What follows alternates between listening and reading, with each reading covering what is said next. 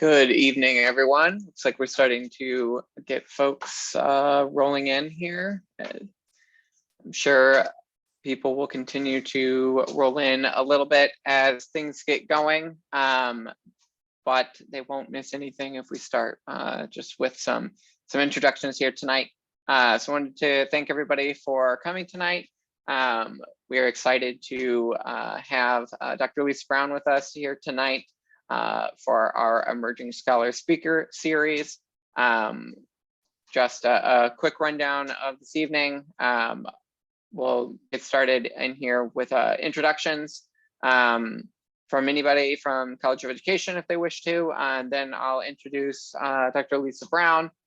She will share her research. There'll be time for Q&A. And then depending on how things go, if folks are interested in any networking, we'll have time for networking here at the end, towards the end of the hour. I am Travis Gifton. I am the Assistant Director of Online Programs with the College of Education here at the University of Illinois in Urbana-Champaign. I don't know if, Sangeetha, I see you're here. I don't know if you want to do an introduction. Don't want to put you on the spot. And I don't think I see anybody else from the College of Ed here, but I just want to give folks a chance. Sure, I can say hello. Thank you, Lisa, for agreeing to present as part of this series. We're very interested to hear what you have to share with us. And thanks everybody for joining us. Yeah, and once again, there'll be a recording of this. It'll go out afterwards. So if for some reason your connection fails or something like that happens, there'll be a recording that'll be sent out tomorrow morning for everybody. So that will be also available.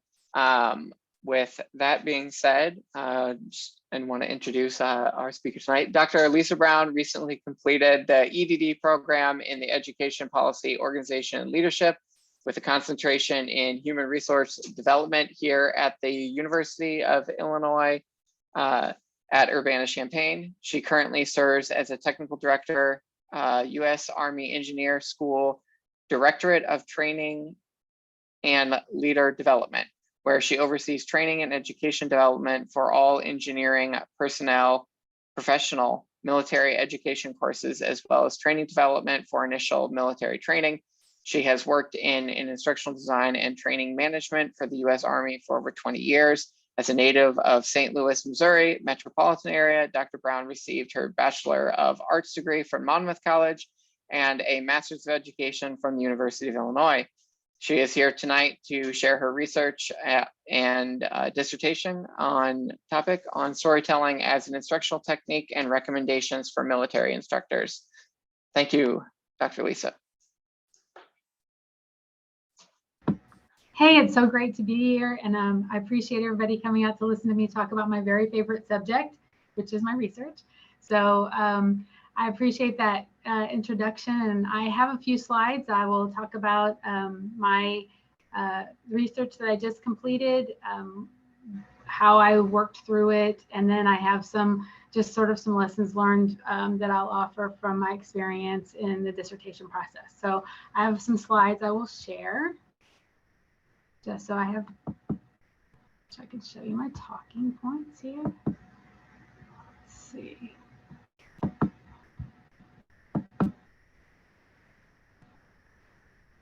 Okay, can you see those now? Sure can. Okay. Let's see. So again, the title of my research was Storytelling as an Instructional Technique, and the intent was to generate recommendations for military instructors. That's reflective of my background. And Travis already mentioned my background in working in training development for the Army. I'm at Fort Leonard Wood out in the middle of Missouri, as they call it, lost in the woods, but I love it here and it's really great work. That's my educational background, as he mentioned. And obviously my research interests reflect the work that I do in military leader development and professional military education. My dissertation was an action research dissertation, and I use qualitative methods in it. And I'll talk a little bit more in detail about that now. So again, I have a interest in both leader development and quality training for military leaders, and then also in storytelling. So over the years, I have found that some of the best leaders that I have worked with and worked for and have seen instructing in our programs here have been those who shared stories with their students or their peers or their audience or their subordinates. And I'm interested in the human side of storytelling and how it can be used in educational contexts and training contexts, especially for the military. So the questions that I looked into were current military, experienced military instructors and how they're using storytelling, because I think storytelling is something that most instructors naturally do, but their experiences with it and how they see it as effective, what kinds of stories, what aspects of stories they find to be most effective. And then I also looked at what the students' perception of storytelling in their learning experience was. And again, looking at specific characteristics of stories and whether or not in this particular case, in the site that I was working with, does the current instructor training provide good preparation for using stories as an instructional technique? And then again, ultimately, my intent and what I finally did was develop a set of recommendations for instructors that might be used as a training foundation or just tips and tricks for them in using stories. As I mentioned, my interests in storytelling come from some of the literature that I have reviewed over the course of my studies. And one of the best studies that I saw was one in which they hooked people up to a fMRI machine and two strangers who didn't know each other, and both of them were hooked up to the same machine that tracked their brain activity. And they had one of those people tell a story to the other one, and again, they didn't know each other. And what they found is that in their brain, the same areas were activated in the same ways. Their brain functions synced as one was telling the other one a story. In other words, there was an empathy that they could measure, and I really felt like we should capitalize on that for our learning that we are doing in our courses. And so the intent was that if I could use some research-based principles on effective storytelling combined with what instructors were doing on the job and what they knew to be effective, then we could enhance their professional development either through training or workshops and increase the effectiveness of the training and education that we're doing. And ultimately, that would have impacts on both their motivation of the students, on their retention of material, and then especially on the relationship between the instructor and students. So what I studied was officer professional military education. These are captain's career courses at 3 Army proponent schools. So the instructors across those schools all receive the same instructor training, which is not very much. They are military instructors and they are on an assignment here for about 2 to 3 years at the most, and they get a 2-week instructor facilitator course as preparation. And so I used volunteer instructors from that captain's career courses and some of their students. And so I did, for my data collection, you can see listed here, I did semi-structured interviews with 15 instructors and 9 students from their courses, from their small groups. And then I used the critical incident technique and recorded 17 critical incidents from the instructors. And I also did a document review of the curriculum of the current instructor training course. And I did a limited amount of observations, but what I found was that storytelling is incidental, and sometimes I could sit and observe for several hours and not actually encounter a storytelling instance. And so the majority of my data came from the interviews and from the critical incidents. I used an automated transcription software to transcribe those interviews and the critical incidents. And then I hand coded for the data analysis. I used an Excel spreadsheet. I didn't use a machine coding.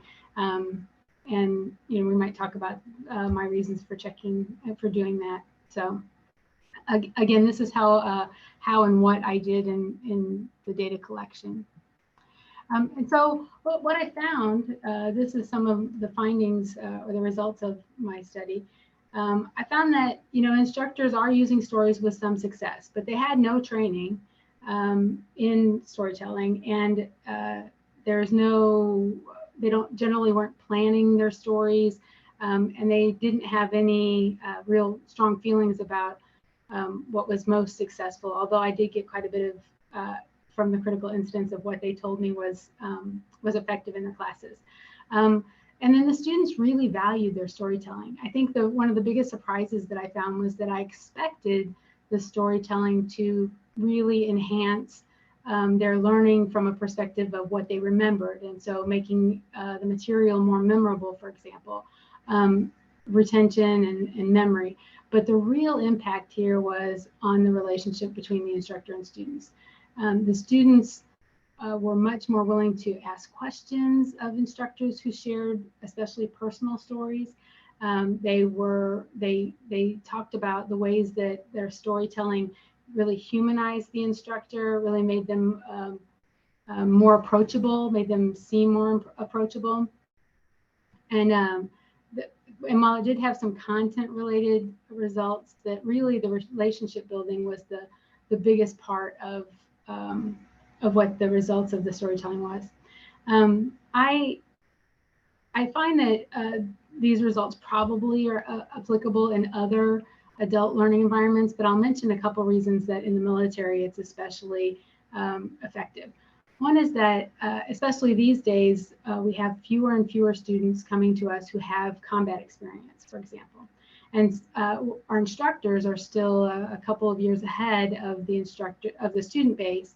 And so they do have combat experience. And so there are a lot of things that we're trying to train or prepare these students for that they haven't experienced, they haven't witnessed, they don't have a real understanding of. And so having instructors share real personal experiences from what is obviously a highly stressful environment and really critical performance requirements in a difficult situation is one of the best ways to get them that education across to them, is by the instructors sharing those personal experiences.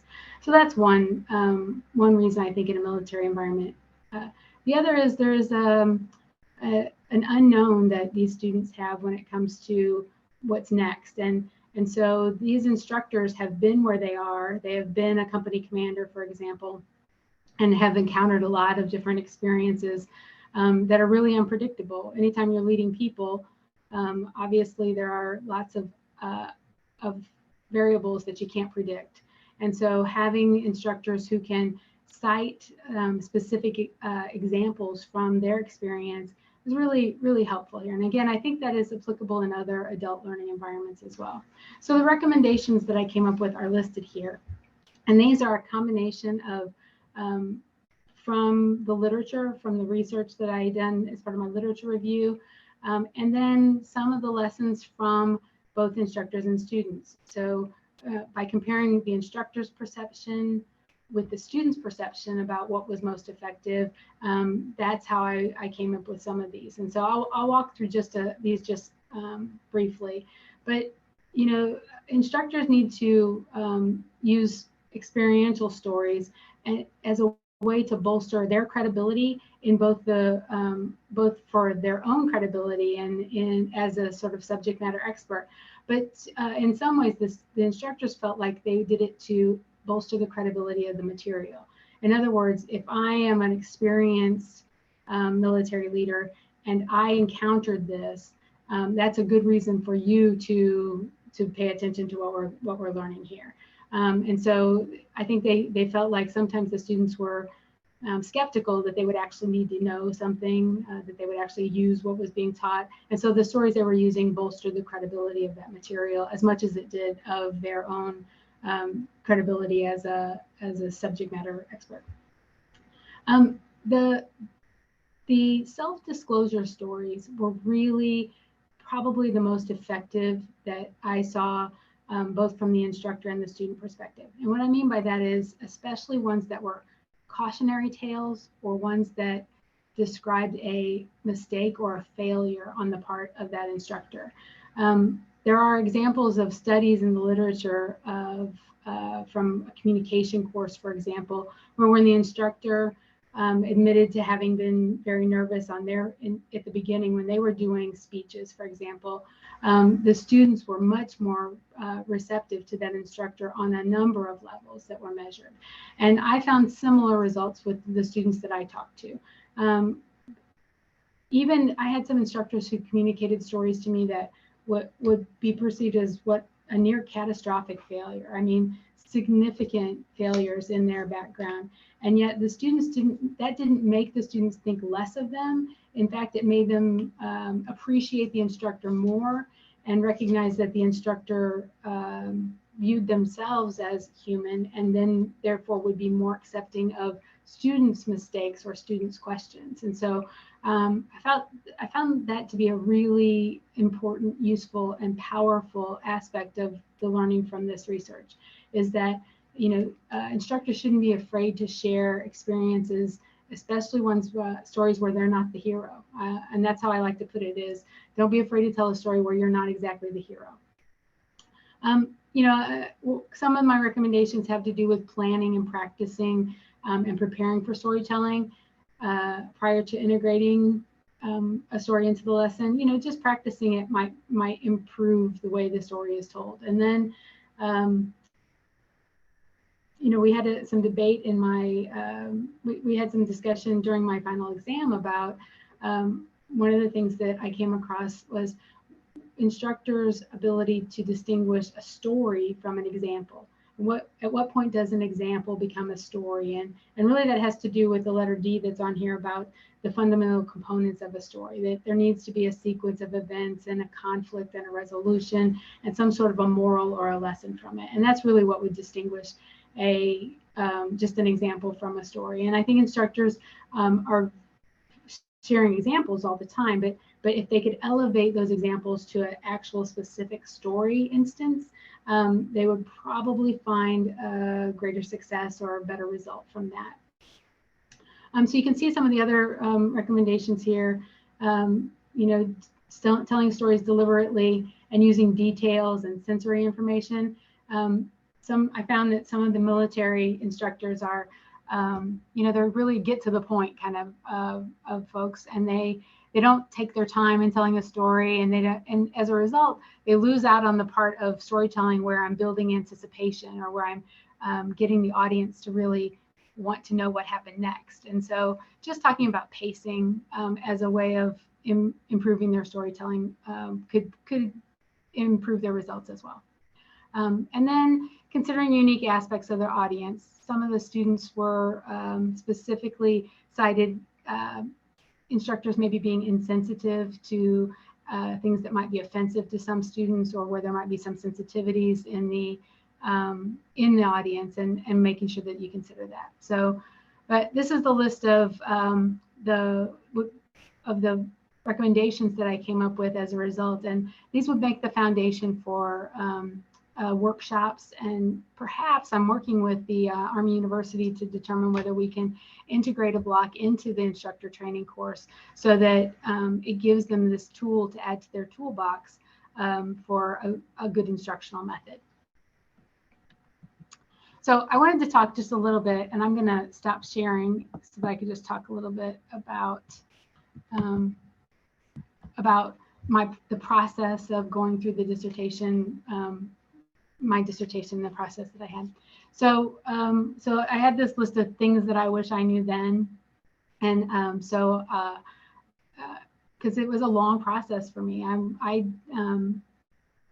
I started the program in 2018, which doesn't seem like that long ago, but I got through the coursework pretty quickly. And it was a matter of, then I took my exams, and my preliminary proposal was probably a year after my last exam, because it just took me a really long time to get to that point. And so these are things that probably would have made that an easier process. And my first recommendation is to take your advisor's advice. And I put on my slide, really just do it. I tell people that one of my defining characteristics of my personality is stubbornness, or persistence or tenacity, depending on how you want to count it. But when it comes down to it is, if I think I'm right, I'm a stick to it kind of person, and I'm hard to budge. And so what I found is that in the end, the more I listened to my advisor, took the advice, and made revisions based on that, the product of my dissertation did improve. My research did improve, and I have a product that I'm proud of, that is truly my dissertation. It's my research, but it was shaped by the expertise that I was offered through my advisor's knowledge of how to do good research. And so it's my interest, and it's my topic, and it's my work. But it really is a team effort in taking the advisor's advice. And I would recommend, to take a step back and not be as stubborn as I was. I would have gotten through much more quickly if I hadn't been so stubborn to start with. So my second part, and most people have heard this, is to pick a topic that you love, because otherwise you'll be sick of it. I mean, I lived and breathed and this topic and this subject and this the literature on these areas for a long time, and so it was an everyday thing, and otherwise you get tired of it if it's not something that you're really, really interested in, that you really love. I think I was surprised by how much I revised. I always think of myself as a very good writer, and so I'll outline, or I'll do a visual organizer first, and then I'll write a draft, and then I'll revise that draft, and usually it's pretty good at that point. I told somebody by the time I got to my preliminary exam, the version number was 19.2.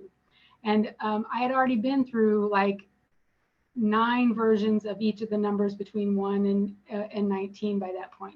So, and not all of them were major revisions, but some of them were significant. And when I go back and look at the difference between the first one and the last one, you will revise and revise and revise, and the product will be better for it. I mean, ultimately, we did have one instance where I did a pretty major revision, and we decided, nah, that's not really it. Let's go back.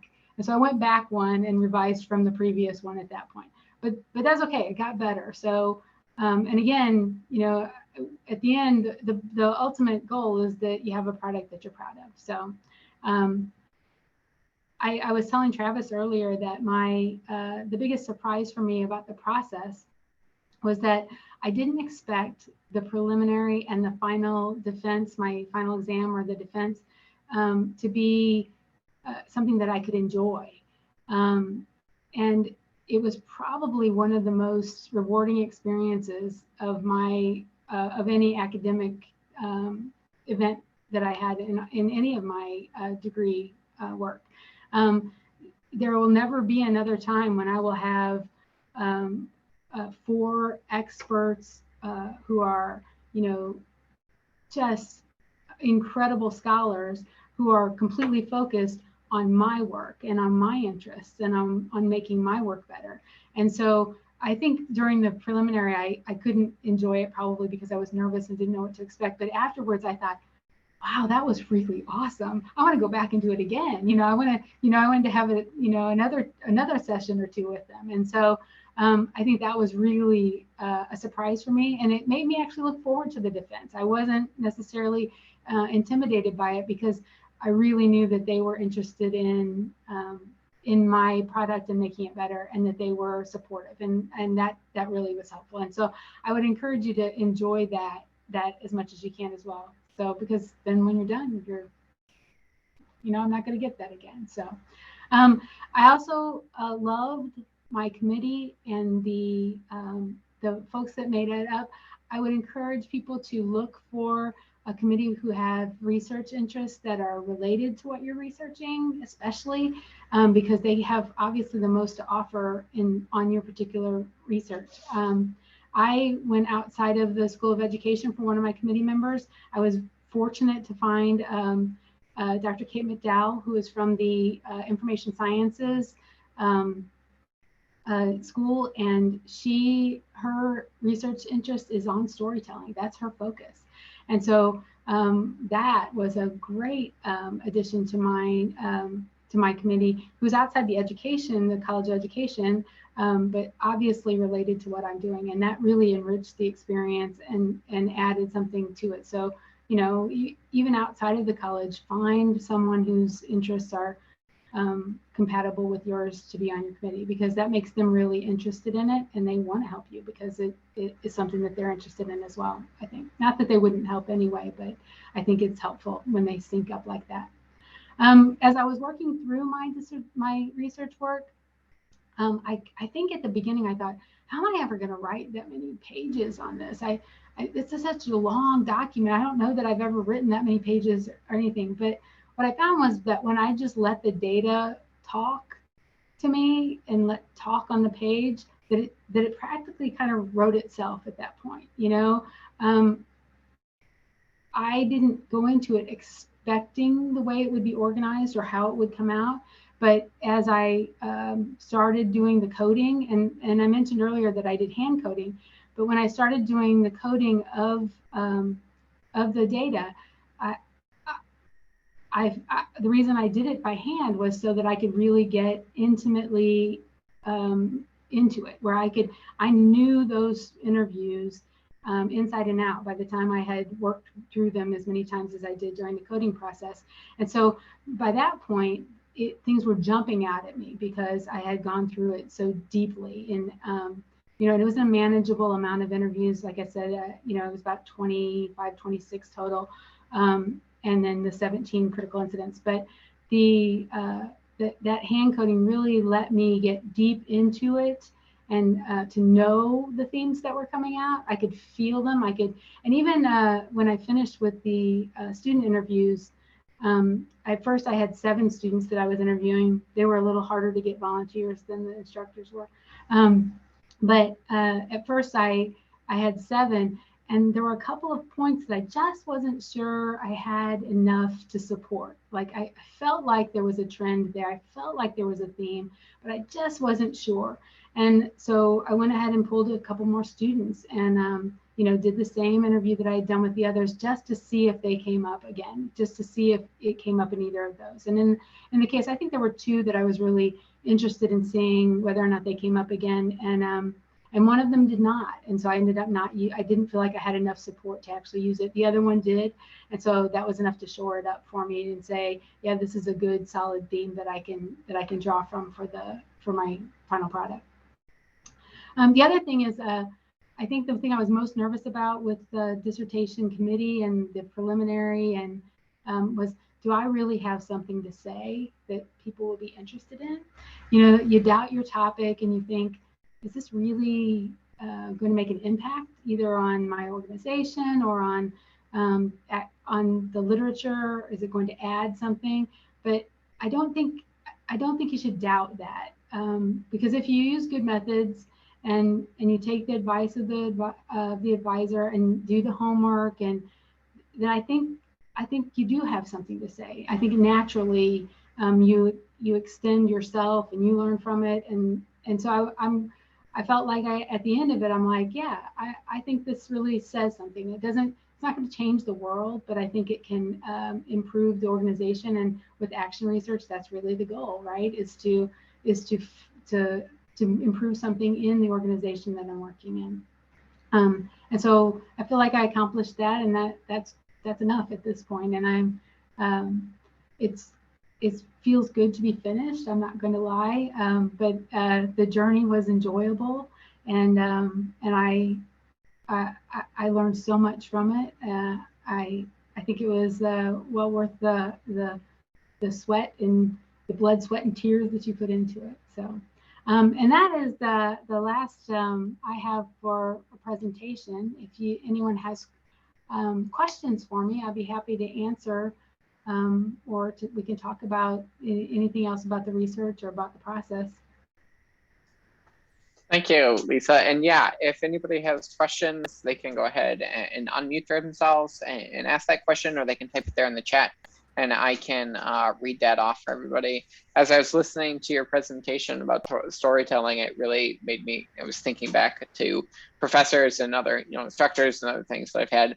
And I don't know what the overlap in this is at all, but I found, like my favorite professors or instructors that I've had, a lot of the times, as I was thinking back, ended up being the people who shared stories about themselves, or even anecdotal, but a lot of times about their careers and their past experiences. And those are the people that I remember the most, and that, you know, I've gone back and made sure to stay in touch with. And so I don't know if there's any overlap there at all, but I definitely remember those instructions or those lessons more than some others. So yeah, so in my job, I always work with, so I'm a technical director, and there's a director who's a military leader. And so they give a lot of speeches for graduations and, you know, just other kinds of events. And when they go to give a speech, a lot of times they'll have me review their speech before they go in. And I always tell them, just tell them a story. These young lieutenants and captains, they're not going to remember your 8 bullet points on this, or your, you know, 5 cardinal rules for this or that. But if you tell them a story about a significant something that they might encounter or that you did, especially if it, you know, has some humor, or again, if it's something about a failure. I mean, one of the stories one of the captains told me about, he lost a Raven, which is a pretty large drone. It's a pretty expensive piece of military equipment, and it's still lost. It's still somewhere in the middle of the desert, and they never found it. And the fact that he, you know, again, that's a pretty big failure, and yet he overcame that, and is, you know, he's one of our instructors that we put up as a model captain for the students. You know, that's really powerful they remember the lessons of that story when he tells it. They remember exactly what he did wrong that caused him to lose that drone. So, you know, that's what appeals to people. Since the beginning of time, we've been learning from storytelling and telling each other stories. And I think that's just the way our brains like to receive information. So we should use that. yeah, that certainly is the case. Yep. Muhammad? Thank you, Dr. Lisa, for sharing the information. I just had a question. So in teaching, which do you think would be better, using stories to support your hypotheses or your points that you're trying to make, or using stories to introduce the point? So sometimes I'm an instructor for adult students. So sometimes what happens is we talk about a concept and then we tell a story to support that. And sometimes we use the story to bring the concept to them, which in your research proved to be more helpful or effective. That's a great point. And I did also find that the instructors were using those in both ways, right? I think it depends on the intent of the story. So in some cases, and I mentioned this, was if the intent of the story is to motivate the students to listen to, you know, if it's just to get them immersed in the topic, then obviously using that as an introduction just to capture their attention and to say, this is why this is really important. That's a good function for a certain kind of story, right? Especially one that's got an emotional impact. It really draws them in. But I think that having a toolbox of stories where if you find that the students may or may not be understanding, and for clarification, or for clarification, that is an effective method of clarifying. The other thing that it's really effective for is to elevate the level of learning from just a knowledge or of how to of a concept, for example, to actually synthesizing it with other learning that they've had. And so the captains that I talked to, a lot of them found that when I use it in the context of an event that happened, whatever the subject matter is, it's easier for them to tie the learning to multiple other lessons that they've had, because you know, most stories are a much more complex environment that it's set in, and it brings in other skill sets besides just the one topic that they were covering in that particular class. So students indicated that it did help them, the depth of their learning, to actually be able to not just apply it in a variety of contexts, but to link it to other, to synthesize with other learning that they had in the course as well. So I think it can serve both points. I think instructors can select stories that specifically are more motivating, or ones that are specifically more clarifying, or ones that are specifically intended to link the learning to some other concepts that have already been learned. And so that's why I advocate for storytelling that is deliberate, because you know, having a set of stories that you can pull from, then you can feel when the right appropriate time is to use those, and which stories are best applied as a motivator versus a clarifier. I think, yeah, I that's my what I'm encouraging our instructors to do at this point, is to just jot down some of their experiences so that they have that sort of toolbox of stories that they could pull from. Thank you.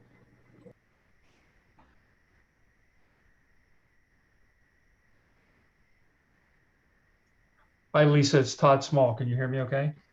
I can, Todd. Hi. Congratulations on earning your doctorate. That's fantastic. Delighted for you. And I'm trying hard to follow in your footsteps, young lady. Let me ask you about your interviews. You conducted quite a few. I mean, you were well over 20 considering the instructors and the students. How did you bound those as far as time? What time limits did you set on those? So I by doing semi-structured interviews, you know, I had a core set of questions that I asked everybody. So there was a set that I went into it with, you know, I think it was like 8 questions. But invariably, you know, I probed in different ways depending on the answers that I was getting from them. Some of the interviews were more productive than others. Some of them I didn't get near a lot of good quality information from, and by that I mean, you know, they were just, no matter how I probed, I wasn't getting a whole lot of they weren't very talkative, let's put it that way. So I didn't find that I had to limit myself on the time. You know, I limited myself on the areas that I was asking about, and so the number of questions then were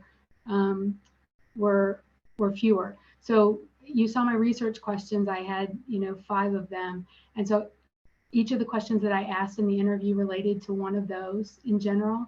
In a couple of cases, I might have more than one, but that really narrowed the focus of the interview to what I needed to get data on for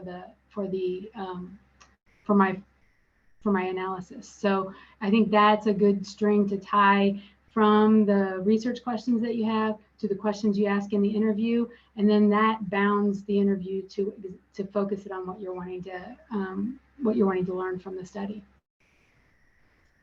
Great, thank you very much. Mm-hmm. And it didn't feel like a lot of interviews. I thought that when I started, I don't think I planned to do that many, but I did enjoy them very much. And so, and again, when I did the critical incidents and I would ask them to tell me about a story that they used either with positive results or one that maybe wasn't so positive results, man, I enjoyed those so much. They were just, I was astounded at the stories that I was hearing. And, you know, I wish that I could capture them and use them for other classes because they were so instructive, you know, and not every one of them was, but you know, there were a few where I was enthralled with the story. You know, there was a story about a guy blew up a building that he wasn't supposed to blow up. That's a pretty big story, you know, and so, you know, I enjoyed that very much. So, and again, that's part of the picking a topic that you're really interested in. I think that that really helps you connect with the people you're interviewing as well.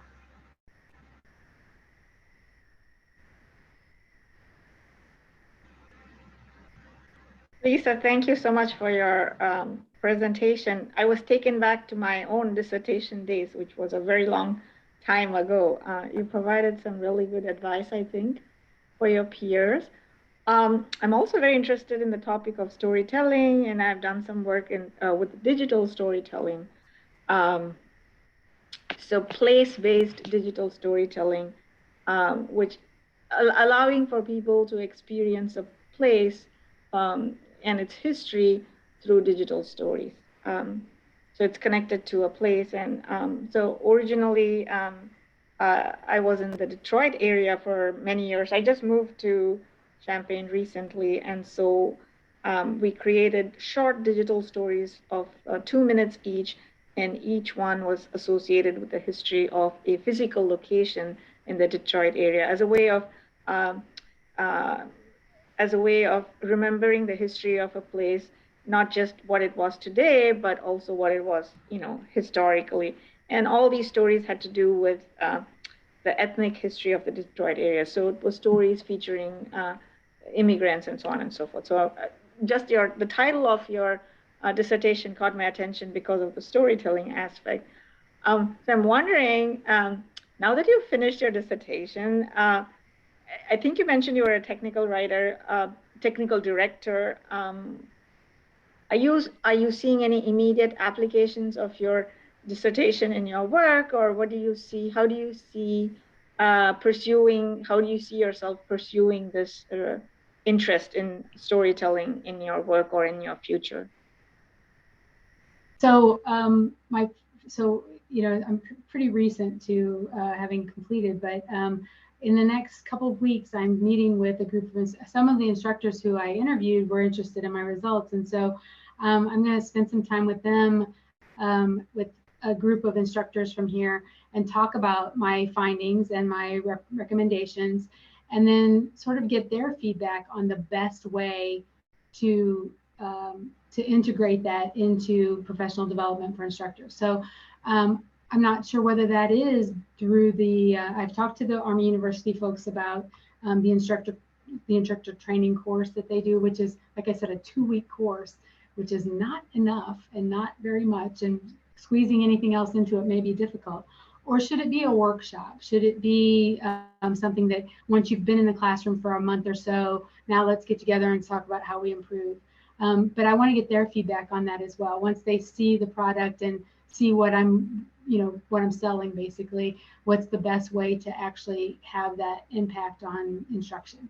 So that's what that's my first step here, is to talk with them and get their take on how that would have been helpful for them.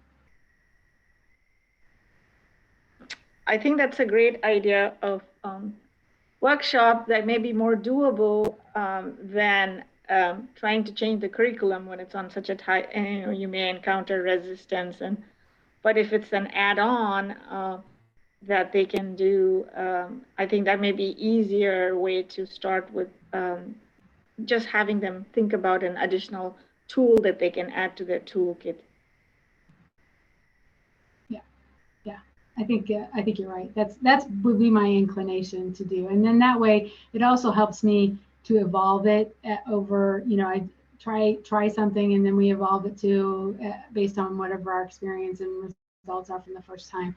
It can improve then. So.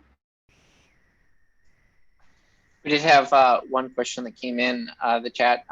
Could you talk about how you helped keep yourself motivated during the writing and revising process? How to stay motivated? So there were some really hard times a few times. It was frustrating at times. It really was, and not because. I think. I don't think it was doubt necessarily. It was just every once in a while I felt like I was grinding my wheels, right? I was just churning and not moving forward. It helped for me to put a really hard mark on the wall. I looked at the deadlines for depositing a dissertation, and the deadline for when you could do your final exam, and a deadline for when you back that up by a couple weeks to, I backwards planned from that. And I said, I am going to finish by this date. And so, I would lock myself away for the weekend and just, I'm going to get there. The other thing was that, having regular scheduled meetings with my advisor, I wanted to have a product every time, right? So that helped me, write to the next meeting. I would write until I felt like I had enough that we had something good to talk about for the next one. So, and to be honest with you, the hardest part for me was before the preliminary. Once I started getting into data collection, that was fun. And the data analysis was interesting. And so I was much more motivated at that point.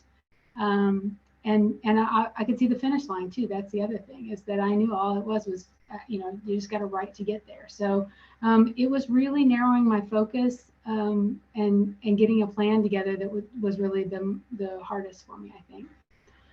Really, after that, it was just setting hard goals and meeting regularly with the advisor, not letting too much time go between those meetings. We had another question that came in. Did your advisor and committee set the deadlines, or were they driven by you? No, so that was something I told my friends, but who aren't in academia at all. I'm like, so you're going through the program and you're taking all these courses, and it's fairly structured, right? And you got a semester, you take this, you got a term, and you take this class, and you take this class, and eventually, and then when it comes time for the dissertation, it's like you're a kite that they have cut the string. Like, it's all on you. Like, no, they don't care. To be honest with you, they don't care if it takes you 4 or 5 semesters, to be honest. They enjoy the process. They'll meet with you forever if that's I never got the feeling that that my advisor was in a hurry for me to finish. I never got the feeling that he was like, you got to get on this. Never. If I had dragged this out another semester, he'd have been right there with me, I'm sure. So they did not set any deadlines. They helped me work backwards from that timeline of, we really need to see it this far in advance before the exam, so we'll need to have it by then if you're going to do your exam here. Some of that structuring the schedule, but yeah, no, it's really your own responsibility at that point to get from that point of preliminary to final. Kind of just on the like I said, floating out there and setting your own your own pace. So.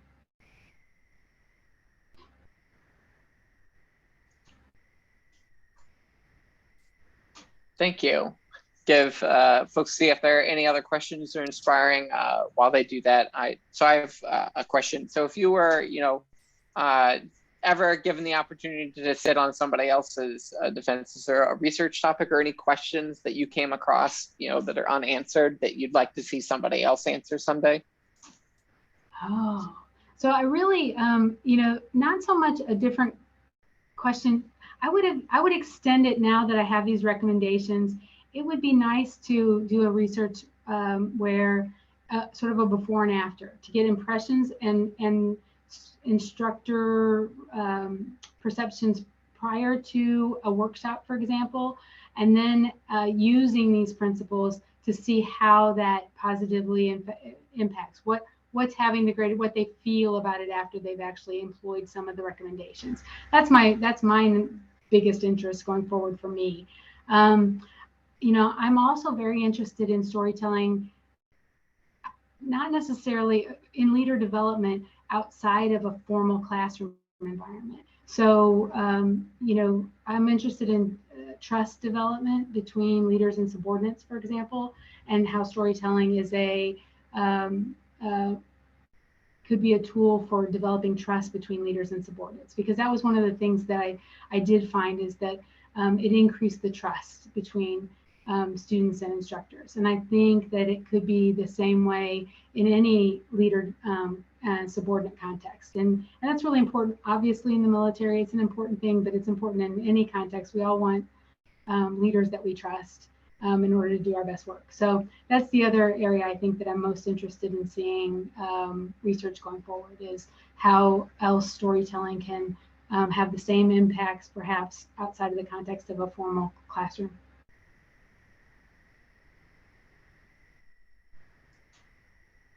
Thank you for that. Well, it's seeing that we have a small group here tonight. I'm not sure everybody be interested in doing breakouts. We can stay on for conversation. Oh, we did get a question here. Who's your advisor? Oh, Dr. Ron Jacobs in HRD was my advisor. So, and then on my committee, Dr. Grace O was on my committee, as was Mary Calancis, Dr. Mary Calancis. And then I mentioned Dr. McDowell from Information Sciences. So it was a fun, conversation during my exams. It really was. They were they were really great and inspiring me to do really good things. So.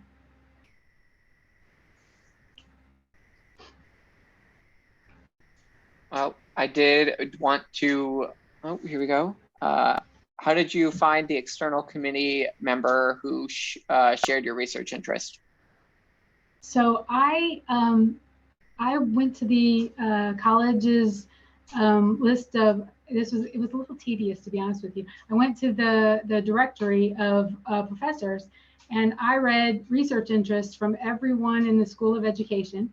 And I read and so then I went, I looked, I did a Google search on storytelling in University of Illinois just to see if I could find anything like that. And I actually traced it from an article that I found at that point because I'm not familiar with information sciences as a school at University of Illinois. But yeah, I went through to find research interests of every, what their research was from the website for Illinois. So, and it was a really lucky find. So that's a creative solution for that.